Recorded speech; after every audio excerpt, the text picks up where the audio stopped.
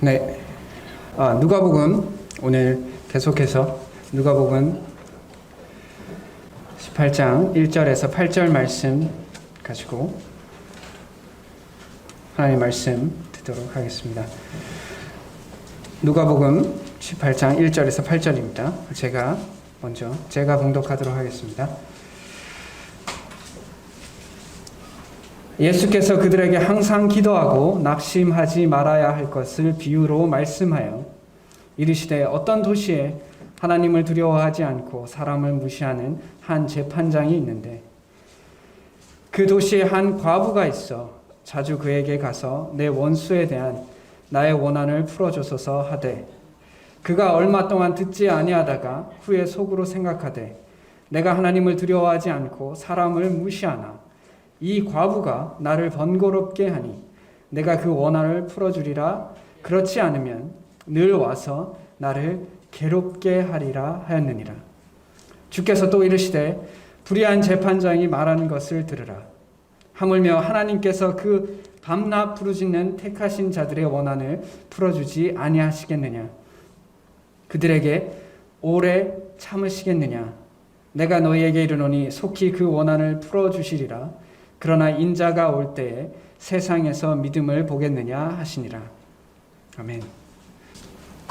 오늘 이 말씀을 쭉 봉독하면서 보면 우리가 어렵지 않게 이 말씀이 무엇을 이야기하려고 하는지 알게 될 것입니다.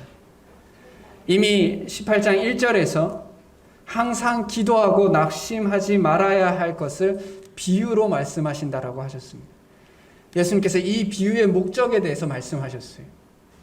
항상 기도하고 낙심하지 마라. 지금 이 시기에 우리에게 참 필요한 말씀이 아닌가라고 생각해 봅니다. 이미 팬데믹이라는 상황이 2년이 넘게 계속되고 있는 것을 보게 됩니다. 어떻게 보면 2020년은 저의 삶에 참 순식간에 지나갔다라는 생각이 들 때도 있습니다. 2020년은 참 없었던 해 같다라는 생각이 들 때도 있어요. 돌이켜보면 우리에게 있었던 많은 시간들과 많은 어려움과 또 어떻게 보면 참 필요한 가운데 우리가 있습니다. 코로나 바이러스가 잠잠해질 것 같으면 또 어떤 상황 가운데 다시 커지게 되고요. 또 잠잠해질 것 같으면 변이 바이러스가 나오고요. 그래서 우리 마음속에 참 언제까지 이것이 계속될 것입니까? 라는 질문을 하는 시대를 살아가고 있습니다. 전 세계에 있는 교회가 이것을 위해서 기도하고 있지 않을까요? 저는 그렇다고 생각해요. 전 세계에 있는 교회가 이 팬데믹 상황이 해결되기를 하나님 앞에 기도해오고 있을 것이다 라고 생각합니다. 그런데 이 상황이 아직 끝나지 않고 있어요. 그러면 우리 마음속에 낙심이 들죠. 지치기도 지치고 힘들고도 힘들 겁니다. 이것이 팬데믹 상황뿐만 아닙니다. 각자 삶 속에 우리가 가지고 있는 문제들, 이 문제가 해결되기를 간절히 바라지만 여전히 해결되지 않는 부분들이 우리의 삶 가운데 있습니다. 그것이 가정 상황이 될 수도 있고 경제 상황이 될 수도 있고 건강이 될 수도 있습니다. 주님 앞에 구하기를 해결해 주십시오. 간절히 구합니다. 주님 은혜를 베풀어 주십시오. 제가 무엇을 더 해야 합니까? 라고 간절한 마음으로 기도할 때가 있을 것입니다. 그런데 여전히 해결되지 않을 때가 있어요. 초대교회에 박해가 시작되고 많은 교회들이 지하로 숨어들게 됩니다. 카타콤 교회라고 하죠. 그들이 300년간 박해를 받아요.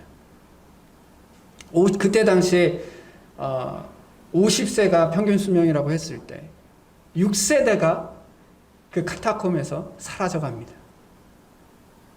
그러면 생각해 보세요. 그들이 6세대가 지날 때까지 계속 기도했지만 그 기도가 이루어지지 않아요. 그러면 그 6세대에 살았던 사람들은 마음속에 낙심 가운데 살았을까요? 하나님께서 우리를 구원해 주시지 않는구나. 하나님께서 우리를 버리셨구나. 라고 생각했을까요? 만약에 그랬다면 나왔겠죠. 6세대까지 거기에서 머물지 않았을 겁니다. 그리고 오히려 기독교가 그 세상에서 로마 제국에서 인정받을 수 없었을 것입니다. 우리는 만물의 주인 되시는 하나님께 기도해 갈 때 이렇게 시험 받을 때가 있어요. 마음이 힘들 때가 있습니다. 낙심될 때가 있어요. 그럴 때 예수님께서 참으로 감사하게도 우리에게 낙심되지 않을 이유들에 대해서 말씀해 주고 계십니다. 그래서 우리가 이 말씀을 믿음으로 받을 때 우리가 지치고 힘들고 어떨 때는 무기력한 그 마음이 다시 회복될 수 있을 것을 믿습니다. 오늘 이 말씀들을 통해서 우리가 그렇게 회복될 수 있기를 원합니다. 예수님께서 1절에 항상 기도하고 낙심하지 말아야 한다라고 하셨습니다. 우리가 사실 낙심하면 어떻게 되냐면 기도하지 않아요. 내가 낙심하고 있는지 안 하고 있는지 알 수 있는 가장 쉬운 방법 중에 하나는 내 기도 생활을 보면 됩니다. 나의 기도 생활을 보면 내가 지금 낙심하고 있구나. 낙심하고 살아가고 있구나라는 걸 알게 됩니다. 우리가 낙심하지 않았을 때 하나님께 기도해요. 그리고 하나님과의 기도는 소통입니다. 하나님과의 대화예요. 내 마음이 하나님 앞에 어떤 마음이 되어야 하고 하나님께 내가 어떤 것을 구해야 하는지를 알아가는 과정입니다. 그러나 낙심하게 되면 이것을 기도하지 않게 됩니다. 기도할 때 필요한 마음가짐 2가지가 있다고 생각해요. 어떻게 보면 기도에 있어서 우리에게 필요한 가장 본질적인 마음 2가지가 필요하다고 생각합니다. 그리고 이 마음은 예수님께서 구하러 나갈 때 하나님 앞에 예수님 앞에 도움을 구하러 나갈 때 했던 사람들의 마음이었습니다. 마가복음 7장 27절과 28절에 보면 수로보니게 여인이 예수님에게 품었던 마음이에요. 예수님이 이렇게 얘기하죠. 자녀의 떡을 취하여 개들에게 던짐이 마땅치 아니하다라고 얘기합니다. 이 말은 네가 개와 같다라는 얘기예요. 그 수로보니게 여인에게. 그리고 실제로 그때 당시에 이방인들을 개와 같이 취급했어요. 그렇게 예수님께서 답변을 하십니다. 물론 예수님께서 너를 도와주지 않는다라고 얘기한 게 아니에요. 잘 읽어보시면 자녀의 떡을 취하여 개들에게 던짐이 마땅치 아니하다라고 얘기했을 뿐이에요. 여기에 여인이 이렇게 얘기합니다. 주여, 옳습니다. 제가 그런 존재입니다. 제가 그런 사람이에요. 그러나 그런 개들도 아이들이 먹던 부스러기를 먹습니다 라고 얘기해요. 먹나이다 라고 얘기합니다. 우리가 하나님 앞에 기도해 나갈 때 우리가 품는 마음은 겸손이에요. 내가 하는 것이 아니라, 그리고 나라는 존재가 사실 하나님 앞에 무엇을 구할 수 있는 존재가 아니라는 걸 인정해야 돼요.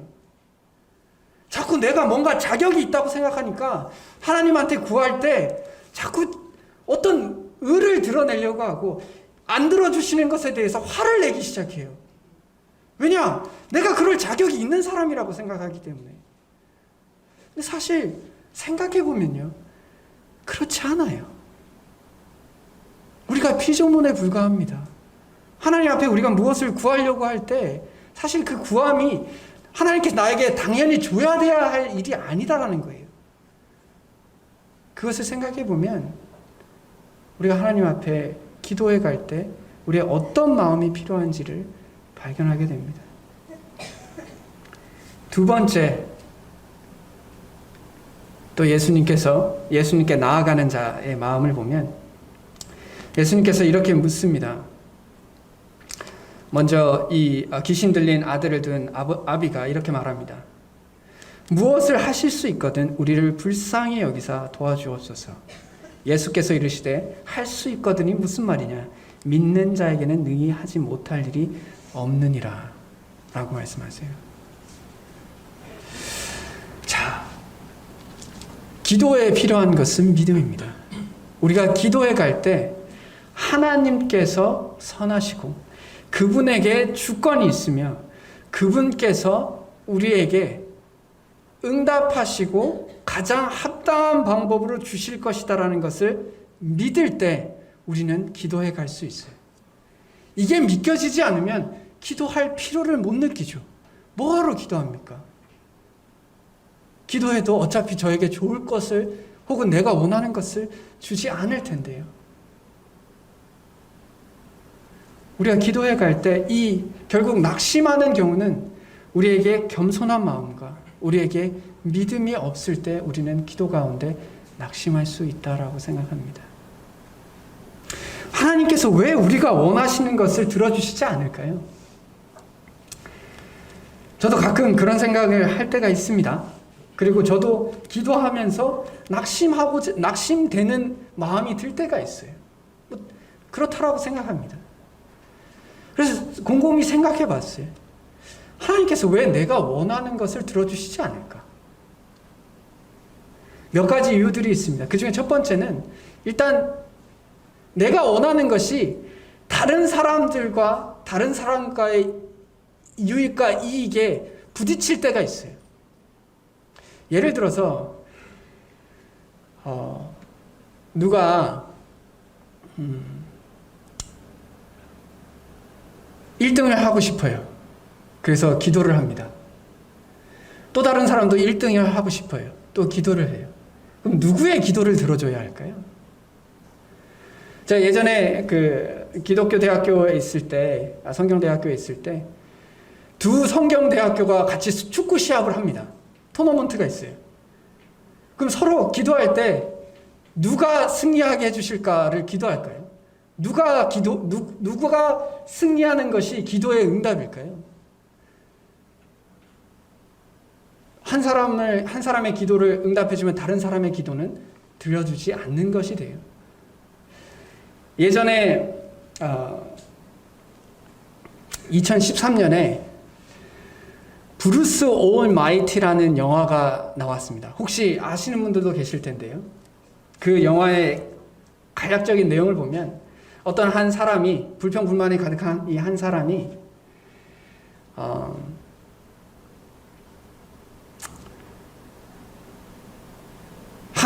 하나님을 만나게 되는데요. 그 하나님이 그 불평 많은 자에게 당분간 하나님의 역할을 맡깁니다. 그래서 하나님의 능력을 줘요. 그래서 마음껏 기적을 행하게 합니다. 그럴 때 하나님의 역할 중에 하나가 사람들의 기도를 듣는 거예요. 그래서 응답하는 겁니다. 그래서 많은 기도가 그 사람에게 들려져요. 근데 그 많은 기도들을 응답하는 것이 힘들자 그냥 모든 기도에 예스라고 대답을 합니다. 모든 기도에 그래 내가 다 들어줄게 하고 예스라고 해요. 그러자 세상에 폭동이 일어나는 것을 보여주게 돼요. 그 중에 하나가 사람들이 로또를 긁었고 모든 사람이 로또의 1등이 당첨되기를 바랬어요. 그러자 그 도시에 그 남자가 살던 그 도시에 있는 모든 사람들이 1등을 하게 됩니다. 그래서 1등 당첨금이 얼마인지 아세요? 17달러, 우리나라 돈으로 하면 2만 원입니다. 로또 1등을 했는데 2만 원밖에 받지 못하는 거예요. 제가 그걸 보면서 이런 생각을 해봤어요. 나의 기도의 응답이, 내가 기도한 것이 응답되는 것이 과연 이 세상에서 합당한 상황인 건가? 내가 기도 응답되는 것이 나에게 혹은 이 세상의 유익과 합당한 것인가? 라고 생각해 볼 때가 있었어요. 또 하나님께서 우리가 원하시는 대로 하지 않는 이유 중에 하나는 하나님의 선하심 때문에 그렇습니다. 제가 아이를 키워보면서 아이에게 종종 하는 말이 이거였어요. 저도 오늘 아침에도 그 말을 했었는데 안돼와 기다려라는 말이었어요. 아이들을 키워보신 경험이 있으시면 아시겠지만 아이들을 키우다 보면 안 돼라는 말과 기다려, 아직은 아니야 라고 말하는 순간들이 우리에게 많이 있습니다. 하나님께서도 우리에게 선한 것을 주시기 위하여 지금은 아니야 라고 말할 때가 있어요. 혹은 기다리라고 말하실 때가 있습니다. 그것을 통해서 이루고자 하시는 것이 있을 것이다 라고 믿는 겁니다. 실질로 그것을 통해서 이뤄가신다라고 생각합니다. 또한 하나님께서는 주권을 가지신 분이세요. 우리가 하나님께서 원하시는 뜻대로 이루시는 것에 대해서 이렇게 저렇게 이야기할 수 없습니다. 하나님께서 주권대로 이루실 때가 있습니다. 이렇게 우리가 기도 가운데 낭망해 가고 혹은 낙심해 갈 때 우리의 모습들은 이렇게 겸손함과 믿음이 흔들릴 때가 있습니다. 하지만 하나님께서 바로 응답해 주시지 않고 우리의 뜻대로 응답하지 않으시는 이유가 있습니다. 그리고 그것을 나머지 본문에서 더 자세히 이야기하고 있습니다. 누가복음 18장 2절부터 보면 비유에 대해서 설명하고 있습니다. 이르시되 어떤 도시에 하나님을 두려워하지 않고 사람을 무시하는 한 재판장이 있다라고 얘기합니다. 여기서 말하는 이 재판장은 옳고 그름을 판단해 줄 수 있는 권한을 가진 사람입니다. 근데 이 사람이 하나님을 두려워하지 않고 사람을 존중하지 않는 사람이에요. 그런 사람이 있는데 결국 이 재판장은 나름의 주권이 있어요. 자기 뜻대로 할 수 있어요. 마치 하나님처럼요. 그런데 그렇게 악한 재판장, 불의한 재판장에게 한 과부가 있어요. 과부. 여기서 성경에서 과부라고 말하면 항상 이런 거예요. 약한 사람이에요. 약자. 그 사회에서 가장 약한 사람 중에 하나입니다. 그 사람이 이 재판장에게 가는 거예요. 자, 그럼 이 과부의 입장을 한번 생각해 볼게요. 불의한 재판장이라는 걸 알아요. 그런데 의지할 수 있는 사람이 이 재판장 하나밖에 없는 거예요. 그러니까 계속 가는 겁니다. 불의한 재판장일지라도 의지할 사람이 한 사람밖에, 이 재판장밖에 없으니 그래도 계속 가는 거예요. 그래서 원수를 풀어달라고 합니다. 원한을 풀어달라고 얘기해요.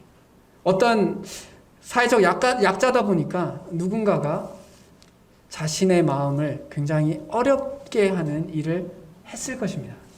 그것이 어떤 강도의 행동인지는 알 수 없으나 원한이라고 말할 정도로 고통스러운 것이 그것을 풀어달라고 얘기합니다. 재판장이 얼마 동안 듣지 않습니다. 아무리 가도 안 들어요.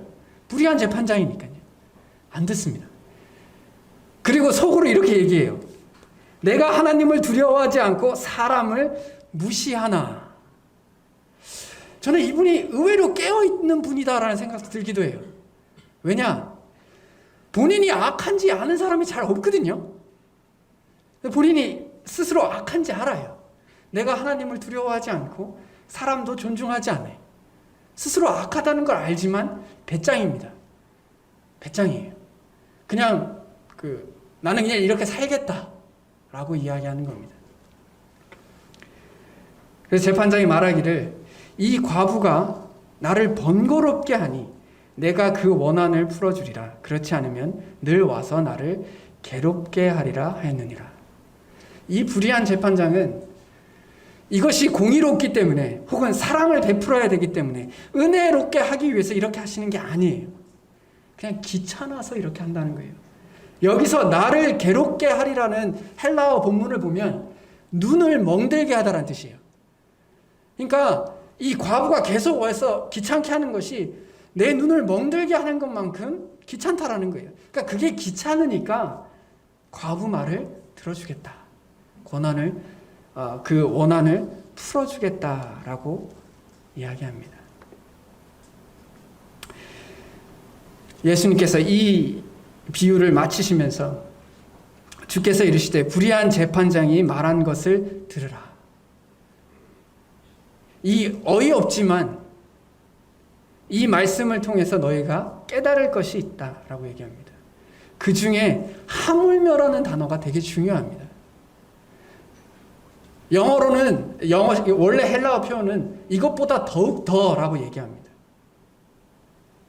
이 불의한 재판관이 이 정도면 하나님은 더욱 더라고 이야기하고 있는 겁니다.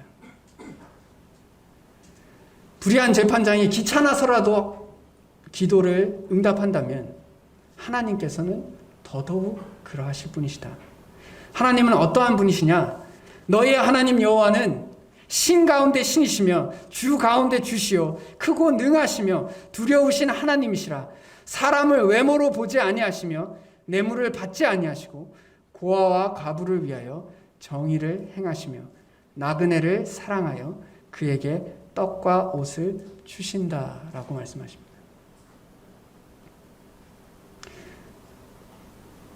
불의한 재판관과 같지 않다는 거예요. 공의로우시며 사랑이 많으시고 긍휼을 베푸시고 다른 사람들에 대하여 존중하는 분이시다라고 말씀하고 계세요. 이런 분이시라면 들어줄 수 없어서 혹은 능력이 되지 않아서 사랑이 부족해서 안 들어주는 게 아니라는 겁니다. 하나님께서 우리가 원하는 것대로 하나님께서 우리에게 주시지 않는 이유가 결코 능력이 없어서나 우리를 사랑하지 않아서가 아니라는 거예요. 제가 살면서 겪는 중에 하나는 어떤 것이 이루어지기 위해서 반드시 고통이 필요한 것들이 있습니다. 우리가 성장하기 위해서 그런 것도 마찬가지예요. 하나님께서 우리가 성장하길 원하신다면 우리에게 고통을 허락하실 수밖에 없어요. 그래서 하나님께서 우리의 기도를 응답하시지 않는 이유 중에 하나는 우리로 하여금 이 모든 과정들을 통해서 성장하고 연단받고 훈련되기를 원하시기 때문이라고 믿습니다. 그리고 그 과정들을 거쳐서 하나님께서 더 많은 일들을 맡길 수 있는 축복들을 주신다라고 믿습니다. 왜냐하면 이 말씀처럼 능력이 부족해서거나 우리를 사랑하지 않아서가 아니기 때문입니다.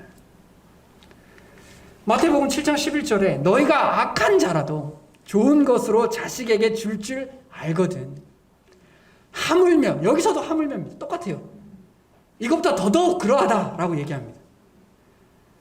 악한 자라도 자식에게는 좋은 걸 줘요. 그럼 하늘에 계신 너희 아버지께 구하는 자에게는 좋은 것으로 주시지 않겠느냐. 그것을 생각해 보아야 합니다. 속으로 그 좋은 것 좀 빨리 주시면 안 됩니까? 좋은 것 좀 빨리 주세요.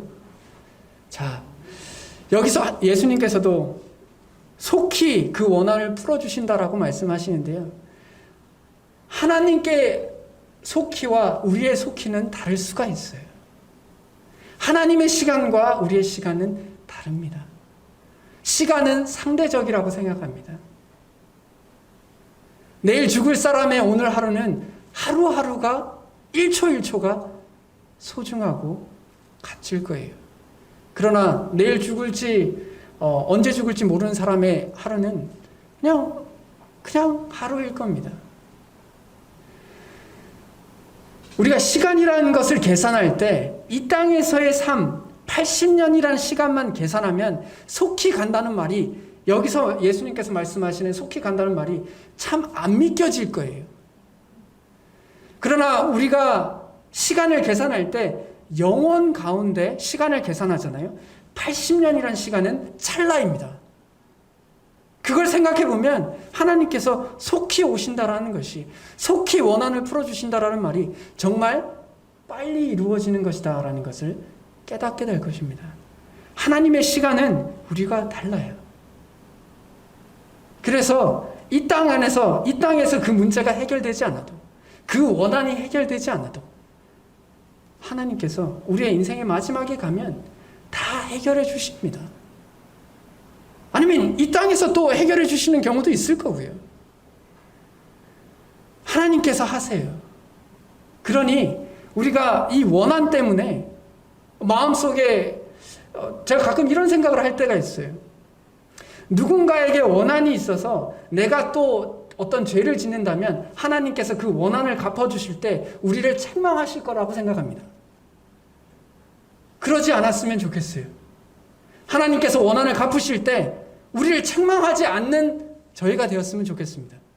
그래서 원한에 일일이 반응하는 것이 아니라 우리를 힘들게 하는 사람에게 일일이 반응하는 것이 아니라 오히려 그 원수들을 위해서 같이 기도해주고 오히려 그들이 잘 되기를 기도해 주십시오. 그럼 하나님께서 그들을 다루실 때 우리에게 그래 너는 책망할 것이 없구나 이 부분에 하나요 라고 생각합니다. 하나님께서 다 갚아주실 것이다 라고 말씀하고 계세요. 우리가 그것을 믿고 나아갈 수 있기를 바랍니다. 또한 하나님께서 우리에게 기도할 때 겸손과 믿음으로 기도하라 하셨을 때 예수님께서 이렇게 말씀하세요. 그러나 인자가 올 때에 세상에서 믿음을 보겠느냐라고 말씀하세요. 그만큼 믿음 가운데 기도하고 낙심하지 않는 것이 쉬운 일이 아니라는 거겠죠. 그만큼 어려운 일이다라고 말씀하신다고 생각합니다. 하지만 저는 말씀으로 용기를 얻을 때가 있어요. 누가복음 18장 7절에 보면 그 반납 부르짖는 택하신 자들의 원한이다라고 이야기합니다. 이 말은요. 과부와 비교해 봤을 때 과부는 사회에서 가장 연약한 사람이에요. 가장 볼품없는 사람입니다. 그런데 여기 하나님께서 택하신 사람이 있어요. 왕 같은 제사장이 있습니다. 하나님께서 존귀한 자다라고 여기는 사람이에요. 이런 사람이라면 더더욱 하나님께서 이 기도를 귀 기울이시며 응답하신다라고 말씀하십니다. 그리고 이것은 예수님께서 베드로에게 이렇게 말씀하실 때 이루어집니다. 누가복음 22장 31절과 32절에 보면 이 말씀을 보면 마지막 성찬을 하고 나고 예수님께서 베드로에게 네가 나를 3번 부인하실 것이다라는 것을 말씀하세요. 그러면서 이렇게 말씀하세요. 시몬아 시몬아 보라 사탄이 너희를 밀가부르듯 하려고 요구하였으나 그러나 내가 너를 위하여 내 믿음이 떨어지지 않기를 기도하였으니 너는 돌이킨 후에 내 형제를 굳게 하여라 라고 말씀하십니다. 택하신 자들에게 하나님께서 기도해 주세요. 예수님께서 기도해 주세요. 너의 믿음이 떨어지지 않도록 내가 기도하겠다. 흥미로운 것은 가룟 유다에게 이런 기도를 해주시지 않습니다. 하나님께 택함 받았다는 것의 특권에 대해서 우리가 진지하게 생각해 봐요. 우리가 낙심해져 가려고 할 때 택하심 받은 자들에게 하나님께서 그래 사단이 너를 밀가부르듯이 요구하겠지만 내가 그것을 막기 위해 기도하겠다라고 얘기합니다. 든든하지 않나요? 하나님께서 기도해 주세요. 예수님께서 기도해 주십니다. 그래서 우리의 믿음이 연약해지지 않도록 도와주세요. 그러니 마음속에 이게 기도하면서 살아가지만 이루어지지 않는 많은 일들, 또 그리스도인으로서 살아가면서 내 주변에 일어나는 많은 어려운 일들, 죄, 나의 죄 혹은 다른 사람의 죄, 이 모든 일들에 대해서 낙심될 때가 있을 겁니다. 반드시 그럴 거예요. 믿음을 지켜가려고 노력하되 우리 스스로 지켜가는 것이 아닙니다. 예수님께서 우리를 위해서 기도해 주세요. 그래서 우리의 믿음이 떨어지지 않도록 기도해 주십니다. 그것을 믿고 또 그것을 의지하며 살아갈 수 있었으면 좋겠습니다. 이 시대에 참 믿음이라는 것을 좀 생각해 보게 돼요. 과연 믿음이라는 게 무언가? 그런 생각을 하던 찰나에 뉴스에서 이런 이야기를 보았습니다.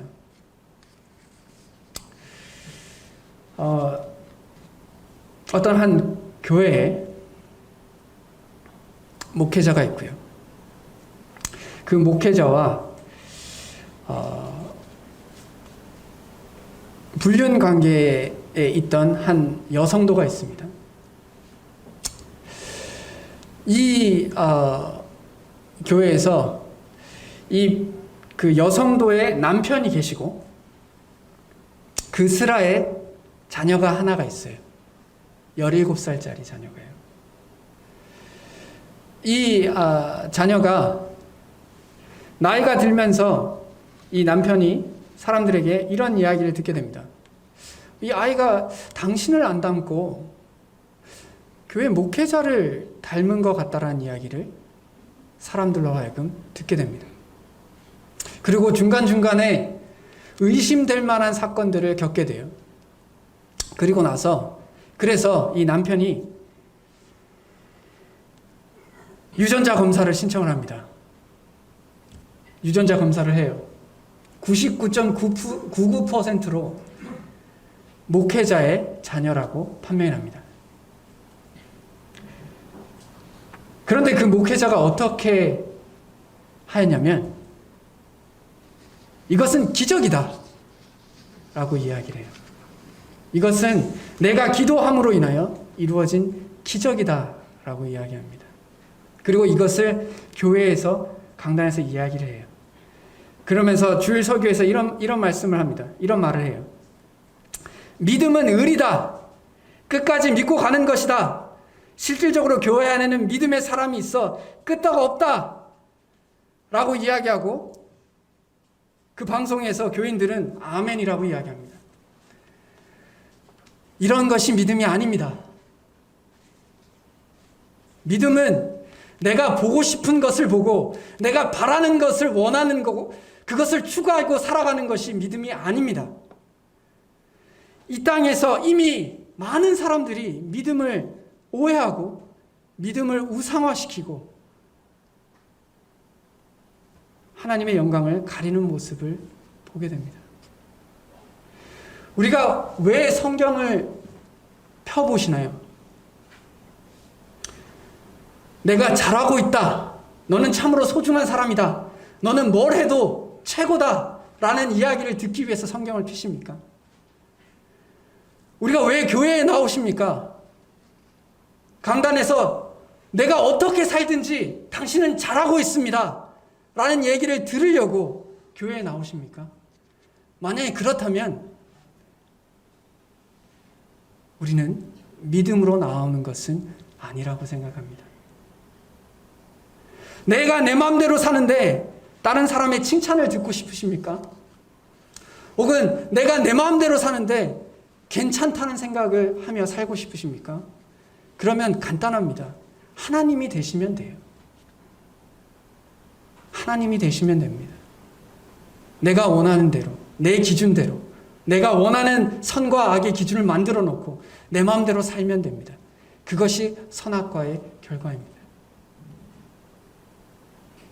우리가 정말 하나님을 믿는다면, 예수님을 믿는다면 우리에게서 믿음은 하나님이고 그 믿음의 대상은 또한 성경입니다.